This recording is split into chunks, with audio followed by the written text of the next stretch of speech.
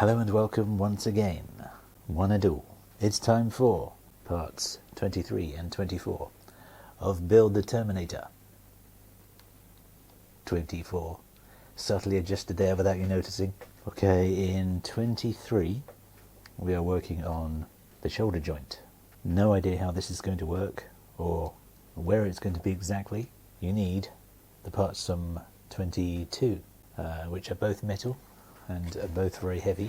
And first of all, as per the instructions, I need to orientate this to that position and take this part, which comes with 23, one of the very few parts you do get with 23, and put this into the center so that the raised screw holes are vertical to the top, like so.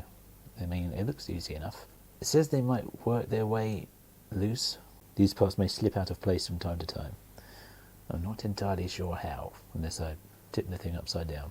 And then take this part from also the last part and vertically up that way you're matching the big screw holes there to the raised screw holes on that part, like so, and forming what appears to me to be an extremely solid part. An extremely solid part. That's what is bound to happen when you say things like that. They suddenly are not solid at all. Anyway, once it's screwed in, that will be a very solid part. Well, that was very joyful. Metal into metal. You can't beat it. And now I see what they mean about it coming loose. It simply pops out again. So I'm not sure what they're going to do to stop that happening, but I guess I'll soon find out. It does twist around, but I've tested a few of the slots and it only looks vertical in one single place, which is where it's at now. So next we're actually on to 24, so forget I said anything about what's next in 23. In 24 we are putting the hand onto the end of the arm, which actually looks quite a scary procedure, but then lots of this is going to be scary. So first we are fitting a ball joint together. I have no idea why this is in two halves when they're quite happy to give us these ones already as a whole. That doesn't make much sense to me, just because this is slightly bigger. So what I need to do is screw this one into place. Is it really me just being dim? Because the more they try to explain about which screw goes in there, the less I understand it. They're calling them PB and KB screws, going on about, the PB screw has a pan head, whereas a KB screw used in step 4 appears smaller and has a countersunk head, and yet on the first page they're calling them, they're just numbering them. And now they're calling them PB and KB, so you can't cross-reference because they're naming them two completely different things. But anyway, it's in there. It wouldn't do up. It kept coming apart with the other screw, so with this one it doesn't. So I'm going to guess that that's the right screw. Now we're needing the hand, and we're putting that into that hole there. And I'm pleased to say that it only fits flush if you have it a certain way round, because that pin bit is the same as that. It's a little bit oblong. It only fits flush a certain way, which is that way. So now I'm going to have fun trying to screw this flush to the plastic. Wish me luck. I swear to you, that screw looks like the round-headed one, and yet it was the flat-headed one that worked.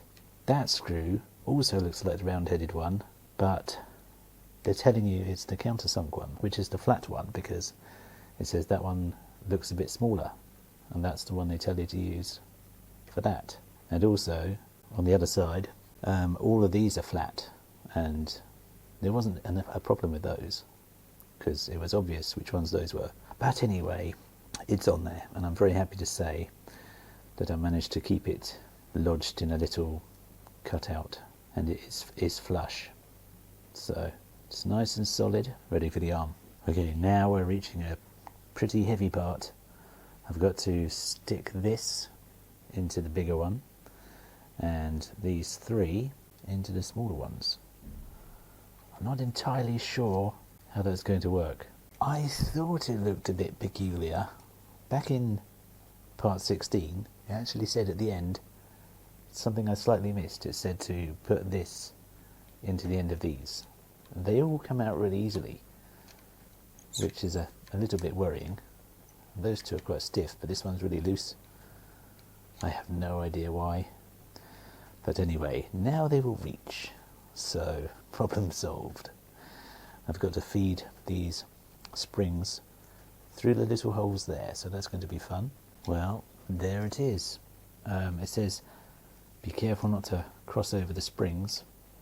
Although I know somebody that's building this that likes it like that. But it's not exactly rocket science to reach in and untangle them. And make sure you put them through the right holes. That's that done. It's looking good. It's feeling a bit plasticky though, around there. Okay, last stage for this is going to be tricky. You have to take these off the plastic housing there, and you have to glue one end of the little peg thing and put that into the end of each spring, and then you have to glue the other end into the little socket on the joint of the hand. This is not going to be fun, but let's go for it. Well now, they're in there.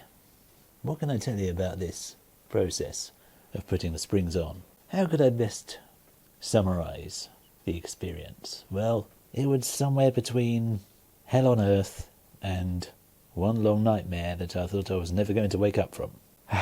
It was horrible, but one tip I have is ignore these instructions. Once again, that my T800 build, I think it's called, .com, the one I've linked to in my previous video, that says that what you should do is, instead of trying to put the pins onto the springs and then glue it into the slots, you should glue those into the slots first and then put the springs over it. I tried that, and my god, it was 100 times easier than trying to grapple with a stupid spring and a stupid little peg that may or may not go into it. That was the one that I had the problem with. Because what happens when you glue the outside of the peg, what that then does is actually stops the spring from going over it, which you would have hoped that someone would have spotted that before they committed all this to print. In the end, I actually had to cut a bit of the end of the spring off. But can you tell I've cut the end of the spring off? That one there? I don't think so. They're all fitting flush at last. That was not an enjoyable process, as I will probably be saying quite a lot of times, and I have already. That brings us to the end of 24. As for this piece, forget it. It just says, keep that around for later. Which, you know, thank you very much for that handy tip there. Much like all your other handy tips that haven't quite worked out so far. This is actually the next night as well, by the way, this section, because my battery ran out again on me last night, and this is all I needed to record anyway. That's so typical. I'd like to thank you very much for watching. Thank you for all your subscriptions, and please do me the honour of subscribing if you haven't already, and you like this video. I'm always very grateful, and I always reply to my comments as well, as I hope you have seen through all my videos. Quite a relief that's over.